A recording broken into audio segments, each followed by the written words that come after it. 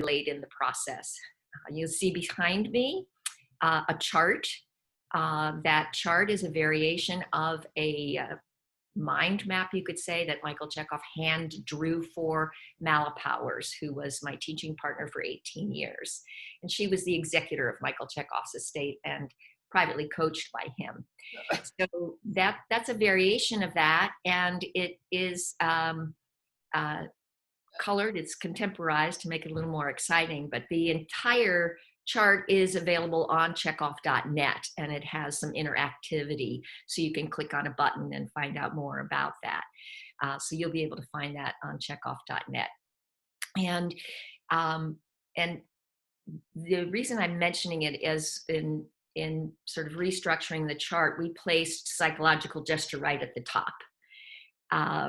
And in my opinion, it is the tool that unites all of the other tools. And when I think of it as the cherry on the Chekhov cake, I think of all the other tools as ingredients. And we learn in the Chekhov technique to work with the individual ingredients so that ultimately we can make as many different kinds of cake as we want. Or maybe we just want eggs, so we're just using one particular ingredient. To look at the concept of psychological gesture first, to say what is a psychological gesture. We'll talk in multiple ways about what it is. The essence of the character in its thinking forces, in its feeling forces, in its will forces, and in its bodily shape and form, physical form, psychological form, spiritual form, in effect can be captured in one motion, one movement, and that it's kind of like a living logo. So if you think of the check mark of the Nike logo, in that one image, it captures the entire essence of Nike.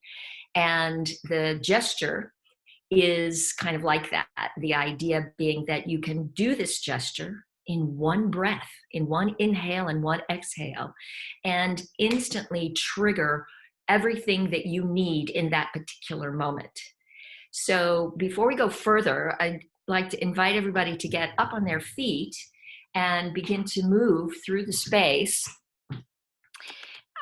building upon Maria Rika's suggestion that we can actually be kind to our bodies, say hello to them again, as we did. How are you, body? It's good to see you. And it is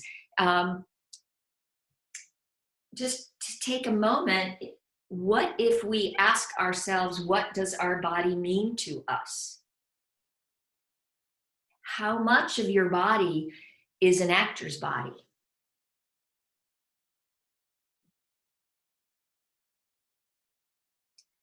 Is there some part that's not an actor's body? Look at the bottom of your feet, perhaps. Is that part of your actor's body? Is the small of your back part of your actor's body? Is your tushy? It's pretty likely that all of our body is an actor's body. And so when we go to experience and explore the psychological gesture, one of the central guidelines is that the process will engage, guess how much of our body? 100% of the body. And of course, we want to engage a feeling of ease with that. And we also want to engage the concept that we can put effort together with ease, so that we are not in effect dancing. And to do that, I'd like to try a little improvisation. So if you will find someone else who's got a live video and perhaps go and pin them for a moment. Just pick someone who's got a live video and pin them. They don't need to know who it is, who's being pinned, so that you can see them. Okay, they don't know, you don't know, maybe it's me, maybe you've picked someone else. I'm going to do this with you, who's got a live video. And what I'd like you to imagine is that they are a character named Tinkerbell. So Tinkerbell, some of you may remember, was from Peter Pan, and Tinkerbell was this little fairy light. And at one point, Tinkerbell was starting to die, okay? And what I'd like you to imagine is this is a little improvisation. So you want to use your vocals with it. Imagine that you are literally trying to actually physically touch the person that you've pinned, and you can speak to them. So like, oh my God, please, what we want to do is we want to make sure that they know we care enough for them. So what do we have to do for Tinkerbell? We have to clap our hands, right? So check in. Can you see, is Tinkerbell's light fading? And let's just try that. Just imagine Tinkerbell's really bright. He's going to say, hi, Tinkerbell. You can speak. Hi, Tinkerbell. How are you? Uh-oh, Tinkerbell's starting to fade. Start improvising. Oh my God, Tink, try to convince Tinkerbell not to go away. Tinkerbell, please stay, please, don't go, don't go. No, please, don't go. Come on, Tink, please. I'll clap for you. I will. I'm clapping. Tinkerbell. She's coming back. Tinkerbell's coming back. Oh, yes, Tink. Oh, Tinkerbell's back. Yay. Oh, Tinkerbell's back. Woo. Okay, great, guys. Great. So, question for us to reflect on: how much of your body held the urge to reach for Tink, to get Tink, to support Tink, to inspire Tink to stay with us? How much of your body was involved? Can you feel it now in the bottom of your feet? Can you feel that urge was there? And was there any part of you where that urge was not there? The urge to save Tinkerbell. There was a quality. What was the quality that you were using? Perhaps mine was urgency. Perhaps mine went from urgency to despair. And I was doing a lot of reaching and I'd say pulling or gathering. What were you doing? So you can think about that. What was the basic action that you were physically doing?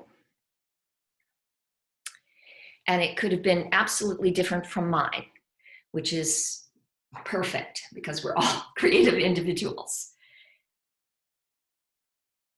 As we reflect on that, we can say that there was a definite quality, and that quality perhaps changed. And the change occurred perhaps when Tink was fading further and further away. Maybe your tempo got faster. Maybe your worry and concern heightened. And maybe when Tinkerbell actually came back, your quality changed and your gesture changed. And what did it become? Some kind of opening, some kind of uplift. When you were winning, when your urge was being met, your urge to save Tinkerbell was being met, it created a different emotional quality because you were winning. And that was distinct from the time when you were losing, when you were failing when Tink was dying. where the urge to save may have been at its strongest point. So, what we're looking at here is to understand that inside of us, invisible in us, is the radiating, surging power of desires. The wish, the urge to do things. And interestingly enough, in Lisa Dalton, my urges may be very different than what my character's urge is. And the task of that psychological gesture is to transform me, my body, and my thinking, and my feelings, and my will force into the characters so that I can experience through my whole being this urge. If we ask ourselves for a moment to simply stand and allow that entire force field of desires to move through us, maybe we allow it to do micro movements with us. In the energy field, in the etheric forces, in our imagination, we're still perhaps, if we do that moment when things really going, we feel this in every part of our body. We feel it down in the groin. We feel it in our feet. We reach. But now, when we begin to lessen the physical expression, our task becomes to be able to radiate, send out, and or draw in the images and let them be what Mr. Chekhov calls intangible powers that have a tangible dynamic. That process of decreasing the amount that the world sees, and let's say today we're looking at on camera, the amount that the camera actually sees, when that is softened, lessened, or decreased, Mr. Chekhov called that veiling. And that veiling is like taking a piece of sheer fabric, a veil, and keeping the power behind it very strong, but letting only the amount you want seep through that fabric. So the fabric is blocking the light, and you decide how much seeps through. The power remains intense, and that's why you could have some of those beautiful moments that Elise had, where in her imagination, she was still piercing, or she was still reaching, and you could still feel the tenderness, or you could feel the fire without her doing large physical actions. So when we look at what is the psychological gesture, on one hand, the gesture is an invisible concept. And on the other, we can say there is a way to completely physically express the gesture. So I'd like to share with you a gesture, and I'd like you to imitate this gesture and see what perhaps awakens. And when we do this, I would like you to, we'll come back and we'll unmute and we'll talk for a few minutes about what you get out of this gesture. Okay, so here it is. I'm going to actually lower the camera so that you can see more of the body there, and the legs in particular, to try to see that. I'm turning a little bit for this.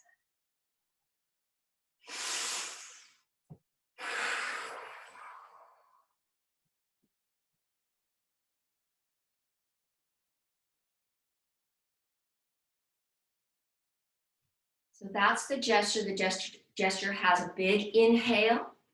It presses down through the heel of the hands, past the body, peeling down the body as the leg turns in, knees contracting, pushing down the body, and the shoulder coming to the ear, pushing out and away past the groin. So we'll do that 2 more times. And after that next time, just try and sense into what does it awaken in me. Ready?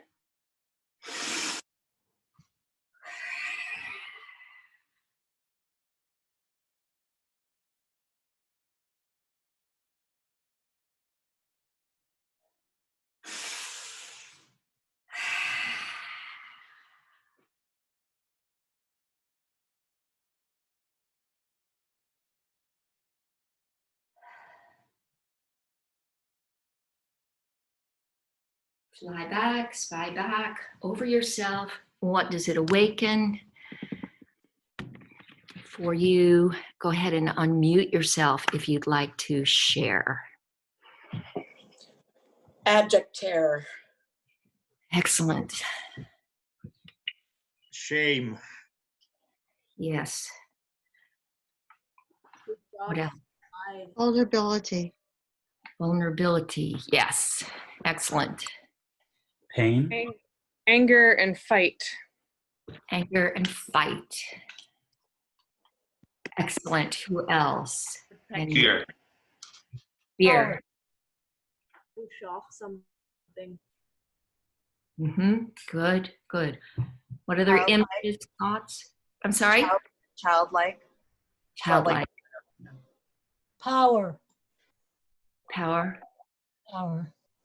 Sadness. Sadness. For me, it was kind of like a loss of power. Loss of power. Good. We can feel your creative individuality. It's beautiful. Aversion. Aversion. Yes. Yes. Very good. We see on the chat fear, protectiveness. Yes. Very. Hiding something, concealing. Yes. Yes. Is it reverberating in you currently? Yes. Yes. So we're going to stay with that for just a moment, and you can leave your I don't care about the noise that might come through. You can let your mic stay on for a moment, and you don't even have to look at the camera, but just imagine that someone that you were living in this. It's living, it's repeating in you, and someone is handing you a cup of coffee. Just imagine someone hands you a cup of coffee.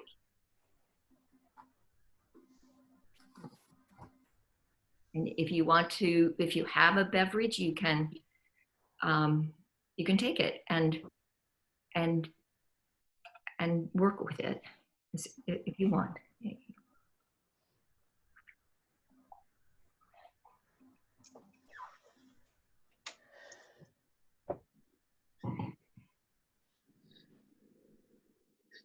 And suppose our director suggests that took too long to do. You need to do that moment again, repeat that moment. Can you cut it in half, and can you maintain the influence and inspiration the gestures brought for you? You can reimagine it, or you can be still living in the sustaining of it.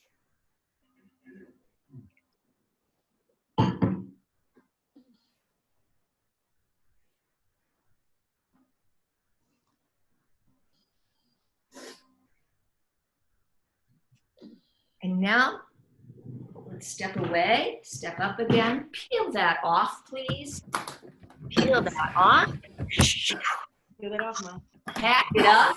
Send it back up to that sphere of imagination where it lives in the higher art field, and it's always available if we need it, but it's clear. Get rid of it.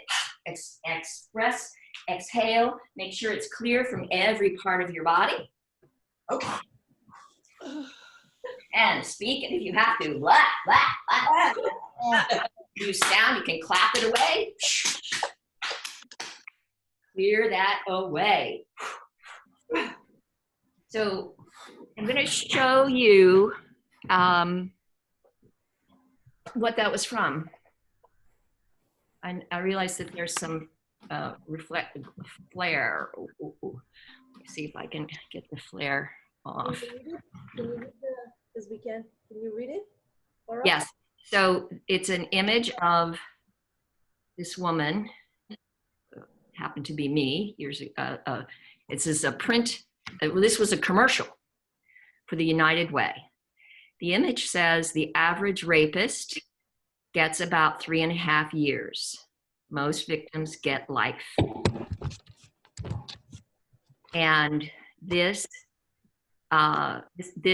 commercial, this is a still frame from it. They made into billboards.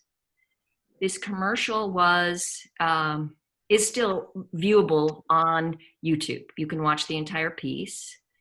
And what you experienced was the psychological gesture that I used for that character. And I think you can probably see it in the image, hopefully. You can see that lingering. And question? I'm just pointing something. It's interesting that you started from the top. Because when we were doing it, I was like, what am I doing now? Why am I so open and exposed? And then now it makes more sense. I said, okay, I'm just gonna go with it because this is what you're suggesting. So I'm just gonna go with it. But it felt so vulnerable. I felt so vulnerable doing that, putting my hands up. Thank you, Hadar. Yes, because and so one of the questions arises, which is, how do you come up with a gesture? How do you find a gesture? And so talk about that. I have 3 different ways, which I don't think we'll have time to go into fully today. But it's one is you are inspired with it. You read the copy, you read the script, and somehow the gesture is living in you and you know it. And this was, for me, that case. Other times, one can go literally through the planet imagination, as Maria Rica calls it. I call it the sphere. Through your ideal artistic center, you are able to ground yourself and then radiate into that sphere and, in effect, download the image from the character. You're able to contact the script, contact the story as living beings. Mr. Chekhov said all these beings exist in this sphere of imagination that envelops the entire planet. And we can download it and we can communicate with it either kinesthetically or visually or audio. And then we can, in effect, put it on like an imaginary body. We can have it show us the psychological gesture, and then we try it on. And if that doesn't work, then there's a way we can step through a series of questions through the intellect. So inspiration, imagination, and intellect are 3 pathways to finding it. When we look at the question of psychological gesture, one that frequently comes up is, how many are there? And they are correlated to, very often, correlated to objective and reaction to objective. And so one could say anywhere there's an objective or aim or purpose, there could be a gesture. So like the Stanislavski system that has super objectives, objectives of a unit, of an act, of a scene, of a moment, a beat, there could be that many psychological gestures.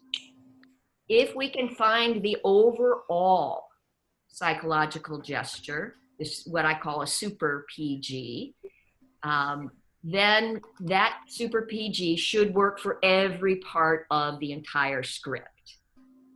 So that's an exciting thing. How do you find it? Through what you've just suggested, or do you?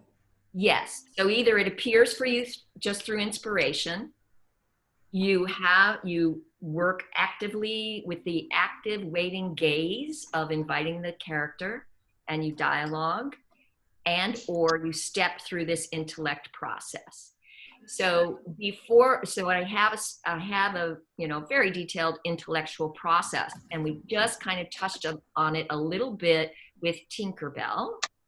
But before we do that, I want to talk about the concept of archetypal gesture and psychological gesture and some of the essential distinctions between that. The archetype, the word archetype, comes from the Greek, and it has to do with the concept of the form, the original mold, the shape, original shape. And we could say that I'm referring a little bit to what one of Chekhov's mentees, Jack Colvin, shared with me a perspective on this. So this comes from Jack Colvin. The archetype is almost like the idea realm. So I get an idea, and it's invisible, intangible. It's from that sphere. And it's the model. It's the ideal form of something. And when I try to create an actual model, it becomes a prototype. The archetype to a prototype. And if I duplicate the prototype, it becomes a stereotype. I make a bunch of stereotypes there. What we're looking to do is find prototypes. So that each psychological gesture comes from this realm, and we create a specific form for this one character. And Mr. Chekhov says, when you find it, it will last your whole life. You'll know it, you'll never forget it, and it will trigger you every single time. And I can say that gesture clearly does affect me in that way. And I have other gestures that I've used as an actress over the years that also can trigger exactly what they did back, 30 years ago, 40 years ago when I worked with them. So we look at the archetype, and in Chekhov world, there's a set of movement patterns called archetypal gestures. And they, for me, in my training form, they're a training process only. And they are the most basic movements. So I'd love for us to get up and do some. And I'm just going to go through 6, the most basic 6. Now, I want to be very clear that I'm also a scholar on Michael Chekhov's work.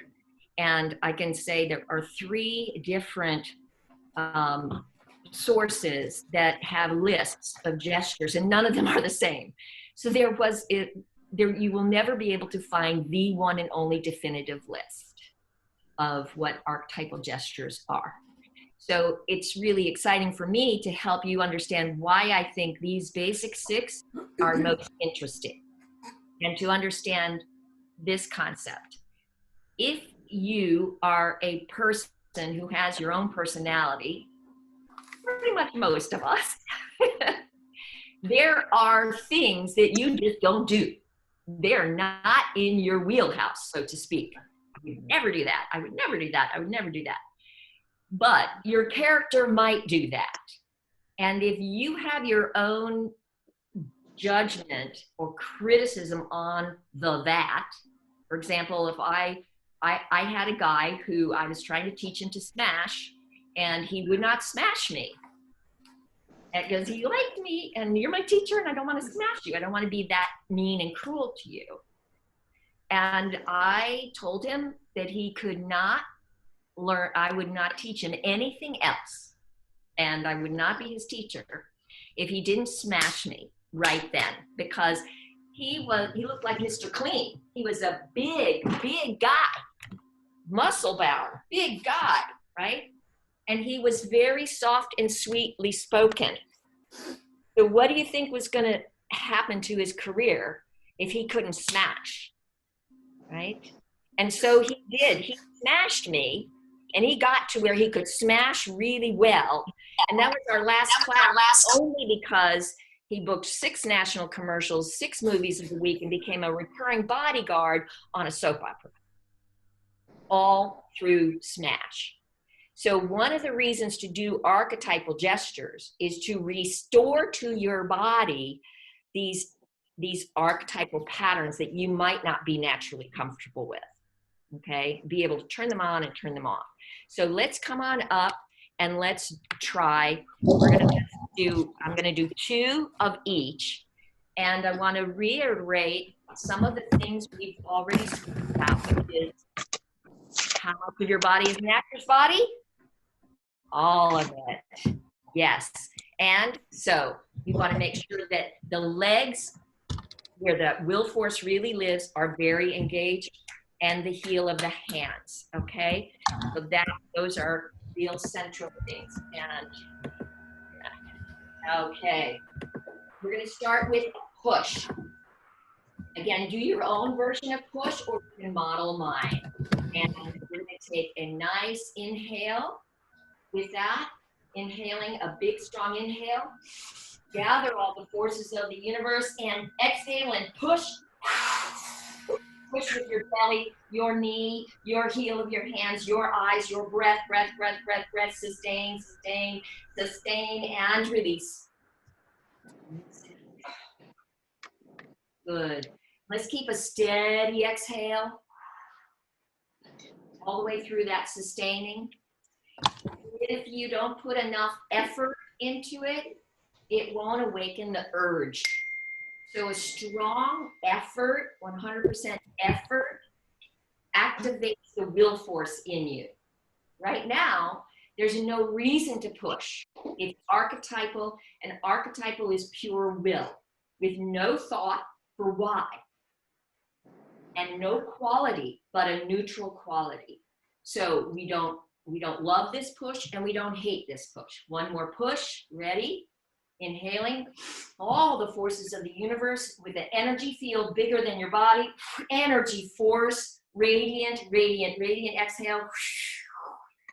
Keep those arms, legs, body pushing forward, and release. Great. And now let's do a pull. Imagine, so we're going to the opposite end. We're going through the polarity. I'm moving forward into the space to gather the forces, and I'm pulling with my whole being, exhaling. Sustaining, sustaining, sustaining, and release. And I'm pulling with force.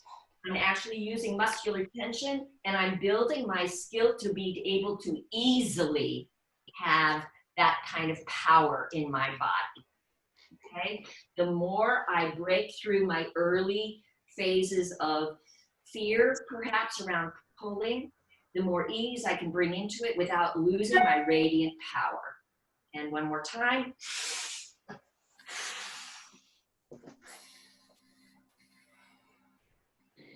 Great. Now we're going to do a lift.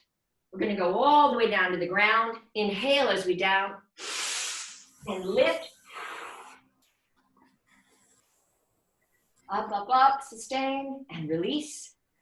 And one more time, gather all the forces, that huge energy field, lifting, lifting, lifting. Exhale, exhale, exhale.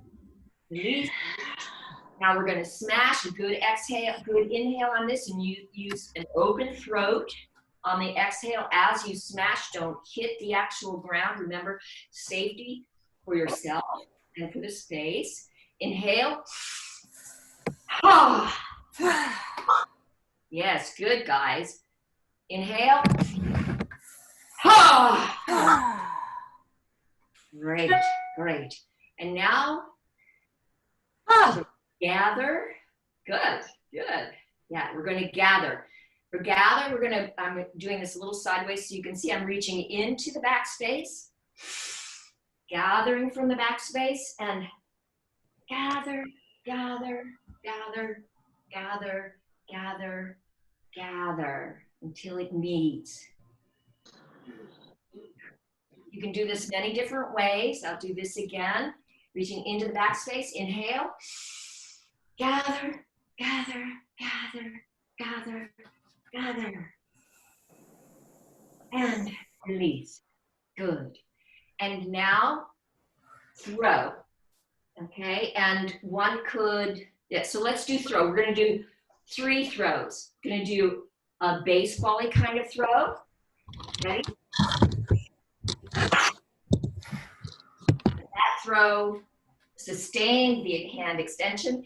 This time the throw is going to follow all the way through, but I'm going to keep looking at what I threw. And the next one is going to be 2 hands throwing overhead.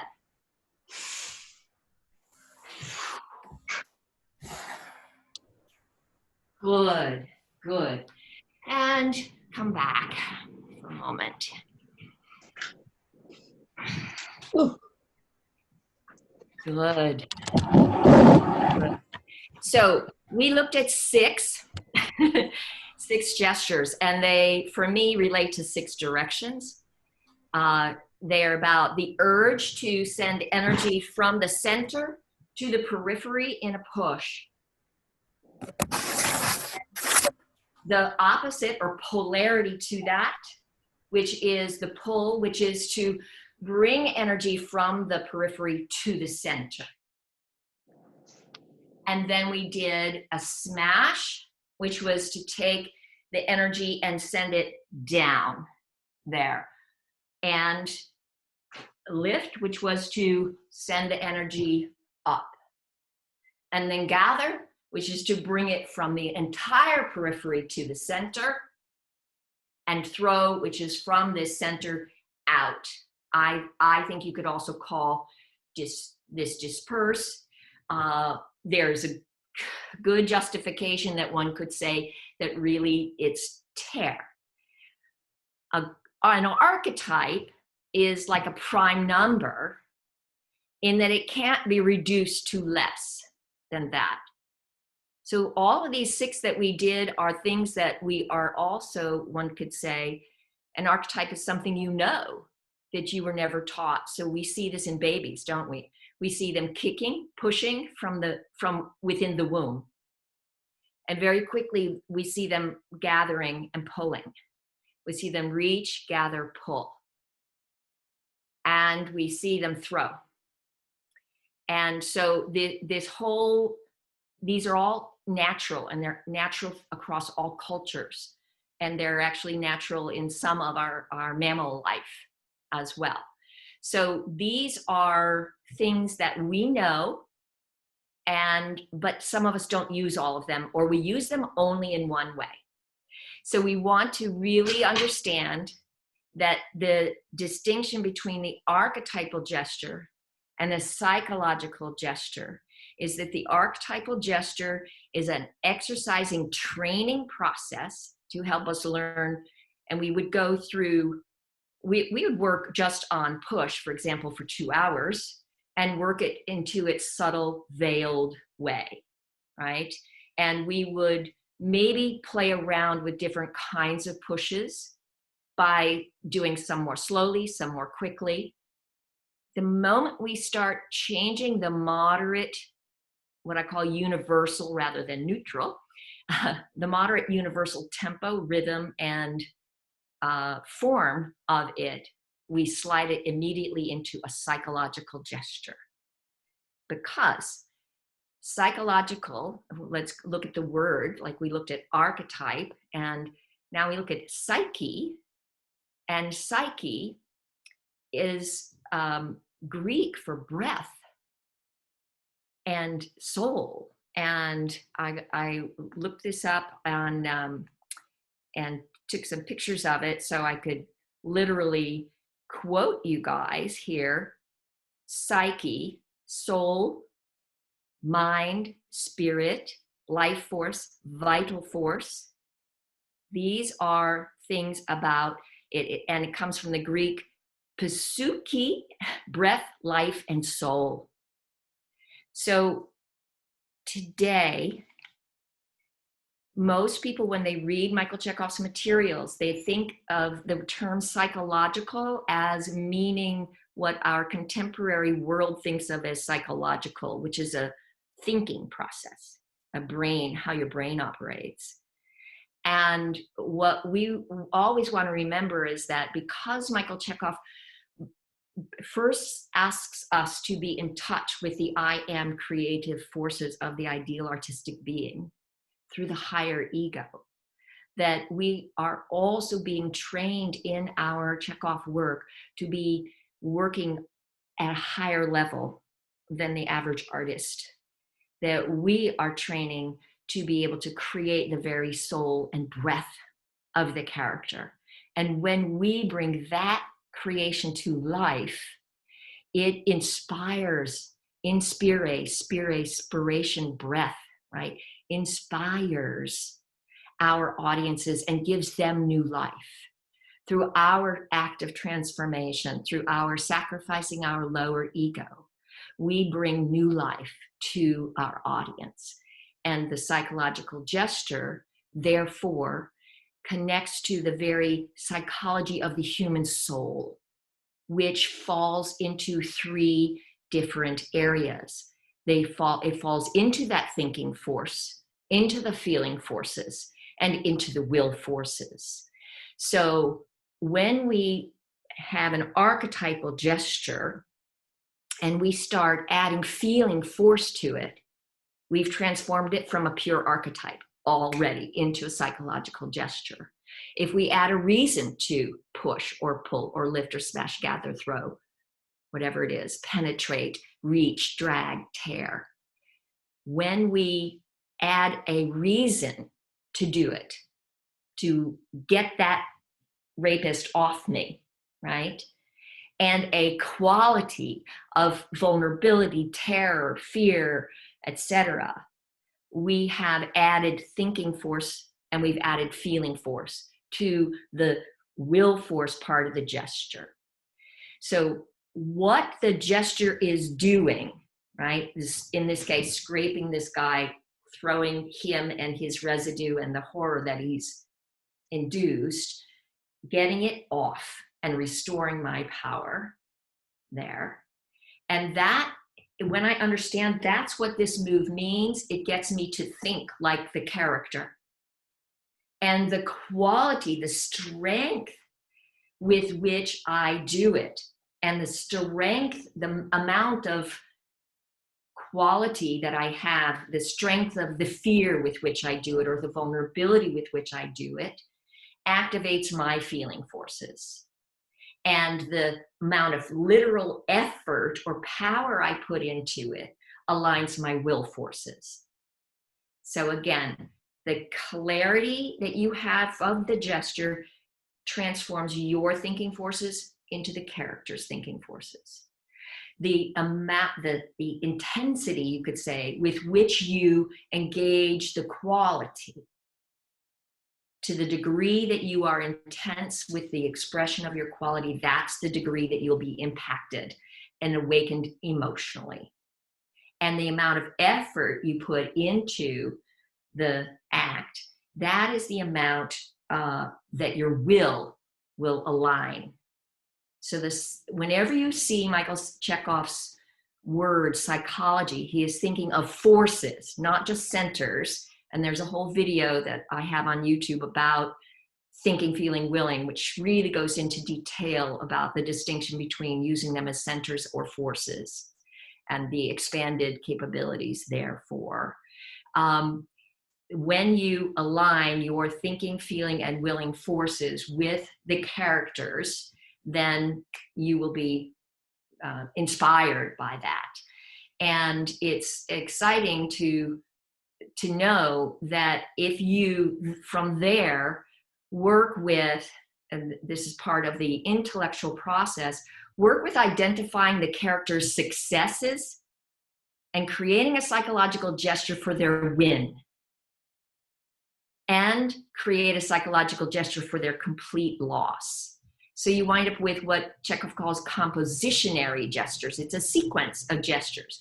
The law of triplicity, things in three, you wind up with three gestures. So you wind up with a gesture that is the main gesture. For example, it's this. And I have a victory gesture, which may for this character, my gesture may be coming strongly down like this, where I am willing to stand forward and move forward in society, open and powerful, and no longer at that level of vulnerability and no longer contained by fear. If you do watch that video on YouTube, you'll see the final frame where that gesture is there. And then the lost gesture would be taking that, you know, coming all the way back to the, you get the idea. So any given part of the story, the arc of the character will be somewhere between their worst nightmare moment and their greatest victory moment. And the heart of the gesture is what you live. That core gesture is what gets you there and back. So you can create one grand gesture out of these three gestures by sort of merging them and mixing them. So I want to just show you one more thing, and then we'll open it up for a little talk. So I just want to show you this. There are 5 guidelines to creating a great gesture, and these really come from Jack Colvin. One is it's always a full breath, a full inhale and an exhale. You inhale on the inspiration and you exhale the expression. You want to use your full body when you're designing it and activating it for you want to go from one extreme to the other. So you notice we went into the backspace before we gathered, as an example. You want to use full strength. For example, when we looked at Elise, we could feel every part of Elise was tenderly stepping toward speaking to that little bird, right? We could feel every part, 100% of tenderness, right? So it doesn't have to look rough or anything like that, but she was radiating throughout her whole being with that tenderness. And then everything needs to be prepared. Your strong preparation makes the action effortless. So you need to prepare, to act, to sustain, and then to stop. We call it pass the energy. To prepare that's on your inhale, the action on your exhale, and sustaining on your exhale, and then you must release and free and clear yourself, okay? Unless you're planning on sustaining it. So as a practicing process, you definitely want to know your specific stop point, that specificity. To review, we can say a formula for archetypal gesture is that it's pure will, and psychological gesture often has an archetype at its core, plus feeling, plus thinking, which is the balance, the trinity of psychology: thinking, feeling, willing. And to be clear, one error that happens often, because Michael Chekhov could only show pictures and not videos, is some people think of these as almost something like Amy Cuddy's power poses. And the difference between a pose is it's stationary. And the power of the gesture is in the movement. So gesture, by definition, is a movement plus an intention. So without the intention, if I just go like this, it's not a gesture. If I intend to expand or I intend to contract, now I have gesture, because there's intent. Expanding and contracting are the grandparent of all gesture. It's why it's often begun with, because everything's in motion, and all motion is either expanding or contracting. Your lungs, your cells, the nature, the planet, the universe, everything is expanding and contracting. So that's why it becomes the first grand archetypal gesture. All push, pull, lift, smash, gather, throw, tear, drag, penetrate, reach, twist, ring, whatever it is, are all variations of contracting and expanding. Okay. So let's open it up for questions. I have a question. Yes. Could you repeat the last thing on the board? The frame wasn't on all those, the equation of feeling plus. Could you just repeat that part? Yes, yes. So an archetypal gesture is pure will. And I abbreviate that AG equals will. And a psychological gesture is will plus thinking plus feeling, or will plus an AG plus thinking and feeling. every gesture that every psychological gesture that I've ever created, I didn't necessarily start with an archetypal gesture because somehow it came to me. But when I look back at it, I could say, oh, well, at its core, it's a lift. At its core, it's a push. You know, this one is a smash down, right? Or a push. You can call it, you know, it doesn't really matter. You don't need to be worrying about names when you just have the image and the movement, and it takes care of everything for you. Thank you. I would like to ask about you archetypal gesture. So you have the quality of movement. It's a bit of forceful, or is it what's the quality of movement in the? Yes, for me it is, and the amount of force needed is the amount, the maximum resistance you can create in your imagination that allows you to easily complete the gesture without running out of breath. So I'll give you an example. If I'm doing push and I'm going,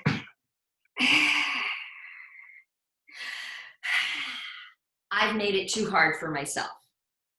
I should only make it as hard as I can and still get to my furthest extension without going into a loss of balance, because losing balance is a different tool.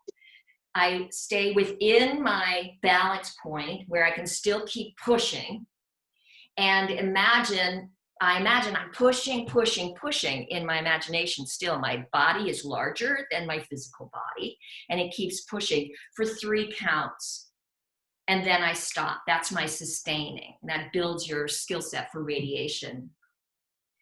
And if I run out of breath before my 3rd count of my sustaining, I made it too hard.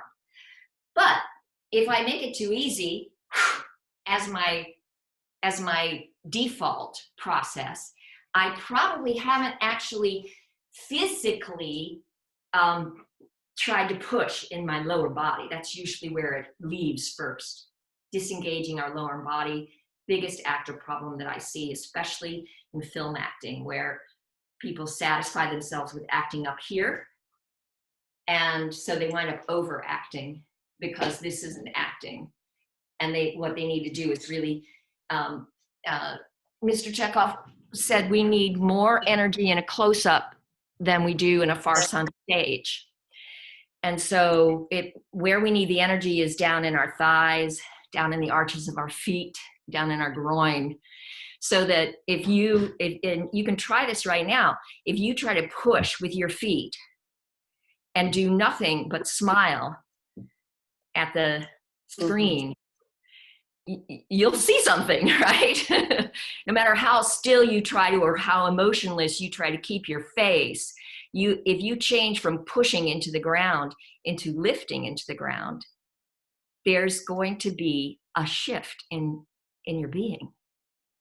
You know, it's just going to happen. And so if you keep that, when you start to veil these gestures, always be aware that you know, your lower body should be the last place where any actual tension fades there.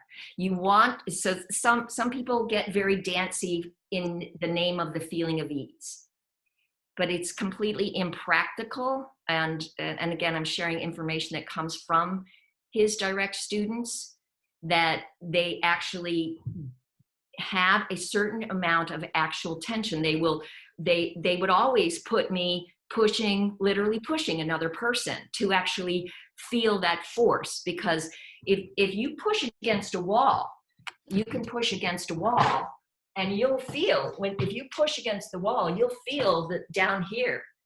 And if you push with the heel of your hands, or push with the heel of your hands here, you'll feel this down here.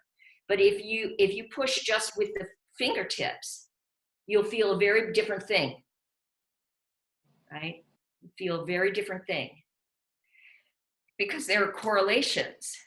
And what we're looking to do is understand how a whole energy system works as a whole, and find a way to easily be fierce, forceful, or easily be tender. The ferocity of tenderness that a parent has for a child, right? If the parent has to yank that child out of the street,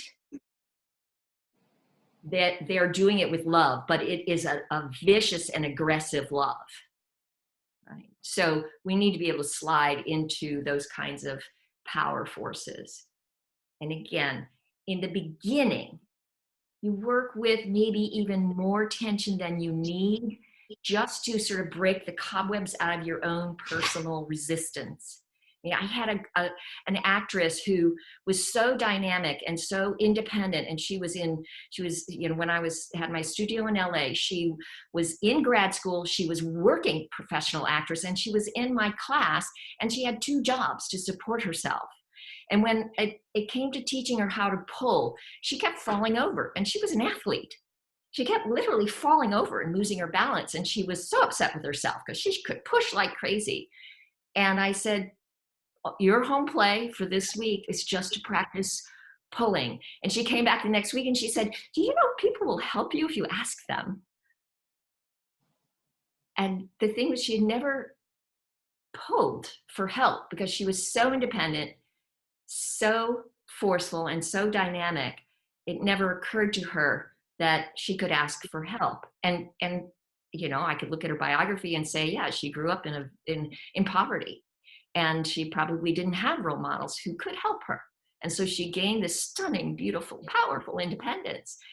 But she was exhausting herself. And through just exercising this is leading us back to where Mario Rika began with, we are human beings. And one of the great blessings of Michael Chekhov's work is that his goal was to help us become healthier, happier human beings. And then, as a healthy, happy human being, we will express our art truly creatively. We can create our own gestures for overcoming all of our frustration and stress about, isolation, or about what's happening to your finances. Or you can really, oh my God, my whole world's going to collapse. It's going to collapse. It's going to collapse. How am I going to? I'm going to rise out of this with love and self-compassion. I'm in my loss gesture. But I can lift this fear, rage, pain, and bring it with force,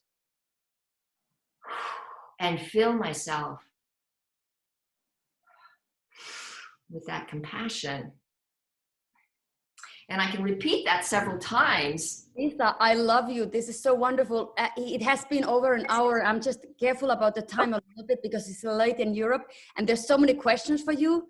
Would you like me to read some of them? I didn't want you to have to worry about the chat. Yes, thank you. And because we have to stop on the time for the students, it's midnight in Europe. So thank you. That was amazing. But let me find some. There was I wrote a lot in chat.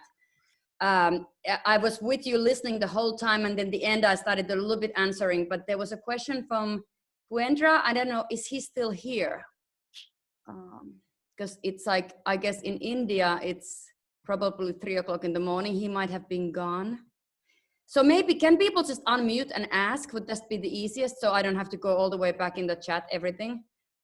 There's a lot of... I can ask my question before going from here in Finland. So I wrote that you said that inhale inspiration and exhale expression. And I'm just wondering and would like to hear your thoughts on whether inspiration can be expressive and vice versa. Like, what's your thought on that? Is it like in the stone, black and white? Yeah. Or Yeah, that's great. And yes, the actual gesture for that is that the inspiration streams in and expression streams out. But because we have this wonderful gift called radiating and receiving, it's always a two-way stream. So we can actually express. We can get inspiration coming in either direction, and we can get expression. We can receive expression.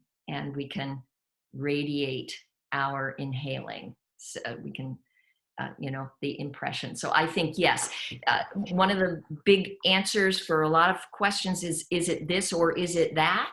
It's always great to ask yourself, if it is this, let me play with that. And what if it's this? And let me play with that, because there's so few rules about this thing. Those 5 guidelines, we call it the beep, those 5 guidelines. Well, I've seen people do a gesture that didn't meet the guidelines at all, but it did its job just brilliantly. So don't hold on to guidelines too tightly. Just turn to them when something's not working. Exactly. Great, thank you.